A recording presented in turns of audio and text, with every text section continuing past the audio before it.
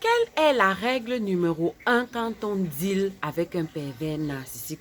Quel est the rule, le code de conduite dans les 10 commandements de quelqu'un qui a à gérer ou de quelqu'un qui a à gérer un pervers narcissique? L'article numéro un qui sous-tend toute la stratégie de contre-manipulation qu'il va mettre en place. Vous voulez connaître, vous voulez savoir, alors restez scotchés et suivez cette vidéo jusqu'au bout. Je vous ai dit dans les vidéos sur cette série sur le pervers narcissique, le pervers narcissique c'est un manipulateur. Le pervers narcissique c'est un grossier personnage qui est toxique, mais surtout le pervers narcissique c'est un alien qui a un agenda précis. Vous déconnectez de vous-même, vous retirez du chemin de votre réalisation personnelle, de votre destinée et vous mettre comme acteur principal dans un film d'horreur dont il sera le réalisateur. Vous l'avez compris. Alors, quand on a en face de soi un pervers narcissique, vous devez donc comprendre que les règles du jeu ne sont pas des règles normales. Ce ne sont pas les règles usuelles. Ce ne sont pas les codes de conduite usuels. Surtout même, ce ne sont même pas les règles de politesse usuelles, puisque vous avez en face de vous un extraterrestre. Donc, à extraterrestre, règles et attitudes extraterrestres, vous l'avez bien compris. Donc déjà, les victimes, il sera question de ça tout au long de cette vidéo en fait. Je vais aborder une règle, je vais vous parler de cette règle-là et je vais vous dire comment vous allez devoir appliquer cette règle-là si vous avez à dealer avec un pervers narcissique, parce que je sais que l'audience à laquelle je m'adresse est vaste. Il y en a qui se sont déjà séparés de leur pervers narcissique, c'est super. Mais il y en a qui, par la force des choses, sont encore avec leur pervers narcissique. Donc, si vous êtes dans des circonstances où vous êtes encore avec votre pervers narcissique, vous allez devoir dealer avec lui. Et vraiment, cette règle-là s'applique à vous. Et même pour vous qui n'êtes plus avec votre pervers narcissique, pour vous prévenir, parce qu'on dit en anglais, prevention is better than cure. La prévention est meilleure que le traitement. Donc, pour vous empêcher de répéter le même schéma, c'est toujours bien de connaître cette règle-là. Mais avant de vous donner cette règle, je dois d'abord vous dire pourquoi il est important de connaître cette règle-là. Il est important de connaître cette règle-là parce que le pervers narcissique a, lui, un code de conduite. Il a un code de conduite et justement, son code de conduite, c'est que c'est quelqu'un qui n'a pas d'honneur. C'est quelqu'un qui n'a pas de scrupules. C'est quelqu'un qui n'a pas de code d'éthique. C'est quelqu'un qui, je vous ai déjà dit, les notions de bien et de mal, vraiment, pour lui, c'est pour les êtres inférieurs. Pour lui, il n'y a pas de mal en soi. Le plus important, c'est les résultats. Si quelque chose lui permet d'atteindre son résultat, c'est bien. Si quelque chose ne lui permet pas d'atteindre son résultat, c'est mal. Voilà le référentiel de la personne avec laquelle vous êtes en train de dealer. Donc, vous devez comprendre que traiter avec un pervers narcissique, c'est déjà entrer dans ce référentiel. Parce que les victimes de pervers narcissiques ont tendance à tomber dans le piège où elle deal avec le personnage en utilisant les codes de conduite qui s'appliquent à une personne normale. Les règles de bienséance, les règles de politesse qui s'appliquent à une personne normale. Non, on ne gère pas un fou avec la politesse. Le pervers narcissique, il est atteint de folie blanche. Donc, ce n'est pas avec ce personnage-là que vous allez utiliser les règles de bienséance que votre maman vous a inculquées dans votre temps d'enfance. Non, ce caïman, ce requin va vous bouffer cru. Il va vous bouffer. Et vous n'aurez que vos yeux pour pleurer dans son gosier. Je vous le dis. Si vous partez avec un pervers narcissique en vous disant que vous allez appliquer les règles de bienséance, les codes de déontologie, c'est votre problème. Je vous ai dit que l'univers des pervers narcissiques n'est pas fait pour les bisounours. Regardez dans la forêt, dans la savane. Il y a les proies d'une part, il y a les prédateurs d'autre part. Vraiment, que la proie soit bien élevée, que la proie soit ceci, si elle ne connaît pas les règles de fonctionnement du prédateur, elle va finir dans l'estomac de ce dernier. Ceci étant dit, je vais donc vous donner la règle, the rule. Je vous l'avais déjà dit dans une certaine vidéo et ceux qui me suivent peuvent même déjà pressentir ce que je suis sur le point de vous dire. La règle est directement tirée d'un classique, d'un film culte western qui a été tourné par Clint Eastwood. Le titre du film c'est Le bon, la brute et le truand. Et cette règle sort directement de la bouche du truand. Et vous devez comprendre les circonstances, parce que pour comprendre cette règle, il faut que je vous raconte la scène. Vous allez voir que j'aime beaucoup le cinéma. Je vais souvent vous donner des images qui viennent de certains films que j'ai eu à voir. Donc, si vous n'avez pas vu ce film, je vous invite à le voir, Le Bon, la Brute et le Truand. Mais je pense que c'est un classique et pas mal d'entre vous l'ont déjà vu. Donc, dans Le Bon, la Brute et le Truand, il y a une série culte où le truand, qui s'appelle Tuco dans le film, je ne connais pas son nom réel, excusez-moi, va se retrouver coincé. Il est dans son hôtel en train de prendre son bain. Donc, il est dans la salle de bain. Il est dans la baignoire, dans de l'eau, tout nu.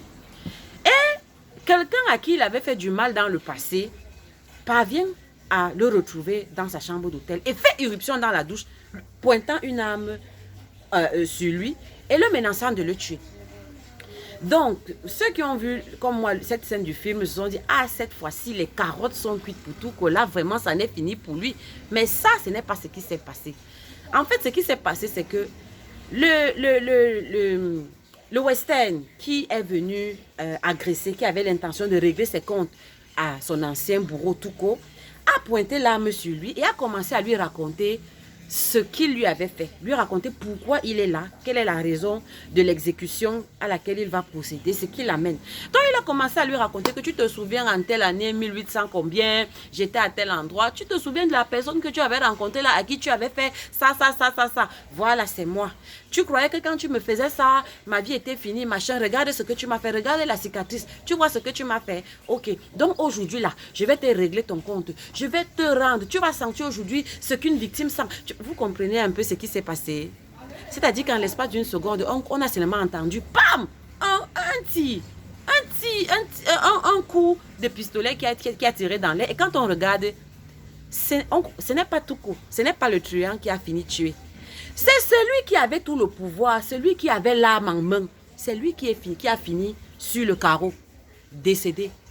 Et tué par qui? Tué par celui qui était en position de faiblesse 5 minutes plus tard. Tuco avait pendant que le monsieur bavardait et essayait de faire une petite dissertation sur l'introduction, sur le corps du sujet et sur la conclusion de son acte, de l'acte qu'il s'apprêtait à faire, Tuco a eu le temps, tout doucement, de trouver son arme à feu, de positionner et de l'armer. Donc pendant qu'il bavardait, il n'a même pas vu que Tuco était en train déjà de chercher son arme. Il n'a pas vu les mouvements de bras sous l'eau. Il n'a pas entendu le clic de l'arme qu'on était en train d'armer. Mais surtout, il n'a pas vu le coup fatal venir. Et ironie du sort, quand Tuco l'a abattu, en se relevant tout nu et en s'habillant, il a dit une phrase.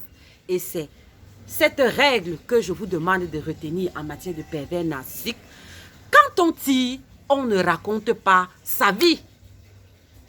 Quand on tire, on ne raconte pas sa vie. S'il y a une chose que vous devez retenir, c'est-à-dire que si je pouvais avoir un burin et l'écrit, le marquer à l'encre rouge dans la tête de tous ceux et celles qui auront à rencontrer des pervers narcissiques, the rule, c'est que quand on tire, on ne raconte pas sa vie. Quel que soit, c'est légitime, le pervers narcissique vous a fait ça en 1900 tel. Il y a 5 mois, il vous a fait ceci. Il y a 2 mois, il vous a fait ceci. Il y a 1 mois, il vous a fait ceci. Oui, c'est vrai, c'est réel. Mais il s'en fout. Oui, c'est la réalité. Le gars s'en fout. Il s'en fiche. Vous n'avez pas en face de vous un être normal. Vous n'avez pas en face de vous quelqu'un qui a une conscience. Il a éteint sa conscience. Donc, vous veniez lui raconter votre autobiographie, il s'en fiche. Ce qui l'intéresse, c'est de voir si vous pouvez finir dans son gosier. C'est un prédateur avec grand P. Est-ce que vous me comprenez? Donc, quand on tire, on ne raconte pas sa vie. Et ceci étant énoncé, comment vous allez faire ça sur le plan pratique? Parce que j'essaye toujours d'être le plus pratique possible, vraiment, de tirer des exemples dans le quotidien. Supposons que le pervers narcissique vous a fait quelque chose il y a 2 semaines et vous n'arrivez pas à digérer ça. C'est normal. Vous potassez ça. Et comme la roue s'est tournée, vous vous retrouvez dans une position où vous pouvez lui faire sentir que vous n'êtes pas d'accord. Règle numéro 1. Quand on tire, on ne raconte pas sa vie. Ça voudra dire quoi? Ça voudra dire que vous allez apprendre à oublier, à vous passer du rappel généalogique de ses péchés. Il les sait, ses péchés, et ça ne lui dit rien. C'est à vous que ça dit quelque chose. Donc, prendre la position de celle qui va commencer à dire au pervers narcissique que tu sais, il y a 2 semaines, tu m'avais fait ceci. Tu te souviens de ce que tu m'avais fait. Voilà, tu m'avais fait comme ça, comme ça, comme ça, comme ça. Et tu te souviens même quand tu m'avais fait comme ça, là, ta bouche s'était tordue comme ça. Ton pantalon avait pris telle couleur. Moi-même, j'étais devenue verdâtre. Tu vois, non? Et pendant 2 semaines, ce que tu m'as fait là, vraiment, il s'en fout. Il s'en fout. Je dis qu'il s'en fout de tout ce que vous racontez là. Vous prêchez dans le désert. Même Jean-Baptiste, même encore, même, avait plus de résultats que vous dans le désert dans lequel il prêchait. Oui, vous perdez votre temps. Ce que vous ne savez pas, c'est que pendant que vous êtes en train de vous la raconter, pendant que vous êtes en train de raconter votre vie, vous savez ce que tout est en train de faire? Il est en train de chercher son pistolet. Il est en train d'armer le pistolet. Et il va tirer sur vous à bout portant. Les victimes du pervers narcissique peuvent se souvenir de certaines scènes quand je raconte ça. Oui. Le gars va vous abattre sans autre forme de procès. Vous avez trop bavardé. Quand on tient, on ne raconte pas sa vie. Apprenez à la boucler. Cherchez un exutoire. Cherchez une autre personne. Oui, c'est normal. Ça fait partie de la guérison de parler de ce qu'on a vécu. Mais le pervers narcissique est la dernière personne à qui vous allez raconter la douleur et le traumatisme qu'il vous a fait subir. Vous lui donnez l'huile avec laquelle il va vous frire. Oui. Vous êtes en train de lui donner l'huile avec laquelle il va vous frire. Il va vous frire. Il va mettre le piment, le poivre blanc et un peu de sel. Et il va vous consommer avec appétit. Quand on tire, on ne raconte pas sa vie. Donc, j'ai dit que sur le plan pratique, ça veut dire que vous allez apprendre à ne plus vous raconter.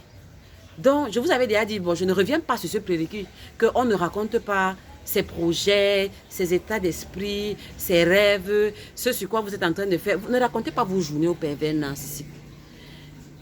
Deuxièmement, comme j'ai dit, ne venez pas sur le pervers narcissique vous a fait quelque chose. Ce n'est pas à lui que vous allez venir dire que tu sais, tu m'avais fait ça. Non. Trouvez quelqu'un d'autre à qui vous allez raconter.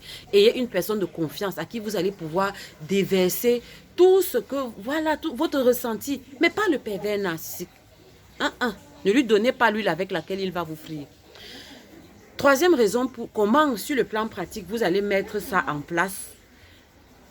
Quand on ne raconte pas sa vie, ça veut dire que arrêtez d'annoncer au pervers narcissique ce que vous allez lui faire en représailles.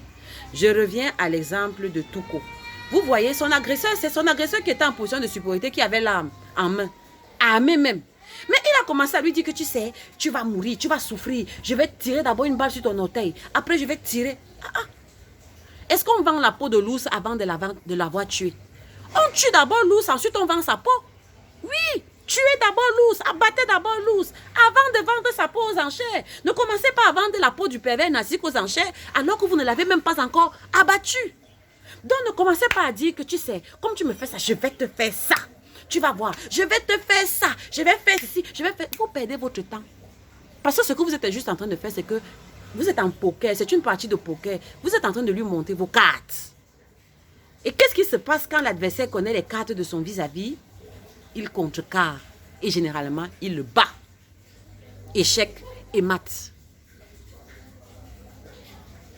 Donc, vous allez apprendre. Ça fait partie du travail que vous allez faire sur vous. Je ne reviens pas sur les prérequis. Si vous n'êtes pas prête à faire ces efforts sur vous, là, vous êtes libre. Moi, je vous dis, c'est la voie royale pour la liberté émotionnelle. Donc, vraiment, apprenez à vous débarrasser de cette tendance naturelle qui veut que tu me fais ça et attends, après-demain, je vais te rendre. Après-demain, je vais te faire ça. Non. Quand on tire, on ne raconte pas sa vie. On tire. Ça veut dire que commencez à surprendre le pervers narcissique en posant les actes. Au lieu de bavarder, agissez. Qu'ils vous entendent par vos actes. Oui. Qu'ils vous entendent par vos actes. Posez des actes. Point. Et regardez bien le pervers narcissique. Quand je vous ai dit que à méthode d'alien, à action d'alien, réponse ou réaction d'alien. Quand le pervers narcissique veut vous faire ces choses, est-ce qu'il vous dit? Est-ce qu'il vous prévient que demain à telle heure, je vais te frapper d'un orage narcissique? Non, il ne vous annonce pas. Pourquoi vous allez annoncer? Non, non, non, non, non, non. Si vous avez prévu dans votre plan de faire ça, faites. Qu'il constate seulement que vous avez fait. Point barre. Quand on tire, on ne raconte pas sa vie. Voilà la règle d'or. Je vous ai dit pourquoi. Et je vous ai dit sur le plan pratique, je vous ai donné 3 modalités sur lesquelles vous pouvez appliquer cette règle. Quand on tire, on ne raconte pas sa vie. Et je vais finir en donnant une dernière précision. Je vous ai parlé de l'orage narcissique du PN. Et je vous ai dit que le pervers narcissique va faire tout pour vous amener à un point culminant qu'est l'orage narcissique. C'est-à-dire qu'il va vous amener à un affrontement verbal, à une engueulade, à une bonne engueulade. Ils aiment ça. Vous avez le droit de dire non. Vous avez le droit de dire que je ne m'engueule pas avec toi aujourd'hui. Vous avez ce droit. Quand je dis que les règles de bienséance ne s'appliquent pas avec le pervers narcissique, c'est là. C'est-à-dire que quand on est poli envers quelqu'un, votre maman, on nous a enseigné dans notre enfance que quand on est poli, on ne coupe pas la parole à quelqu'un, on le laisse parler, on l'écoute. Ça s'applique avec une personne normale. Mais avec un pervers narcissique, quand il commence à bavarder, si vous l'écoutez, si vous appliquez ça, vos oreilles vont être saturées d'injures, de remarques négatives, de tellement de choses qui vont vous traumatiser pendant 3 mois. Rien qu'au souvenir. Parce qu'il va s'en donner à cœur joie. Donc, vous n'avez véritablement pas besoin de vous engager dans une discussion stérile. Donc, vous allez outrepasser les règles de bienséance et de déontologie que votre maman vous a enseignées et vous allez lui dire que, bon, écoute, tu sais, vraiment, aujourd'hui, je n'ai pas envie de parler. Et vous vous arrêtez là. Et immédiatement même, vous vous levez. Vous vous levez, vous changez de pièce. C'est ça que je dis que quand on tire, on ne raconte pas sa vie. Ce n'est pas que tu me parles, tu me... Non, non, non, non, non, non, non. Dès qu'il commence, vraiment, coucou, vraiment, aujourd'hui là, je n'ai pas envie. Point. Et vous vous levez et vous partez. Ça, ce n'est pas impoli. Vous êtes en train de vous défendre. Je vous ai dit que l'amour de soi, c'est se défendre. Vous êtes en train de vous défendre. Voilà. Quand on tire, on ne raconte pas sa vie. C'est la règle d'or avec le pervers narcissique. Je suis Marie Ebodi Akolo. On se retrouve pour une prochaine vidéo. Ciao.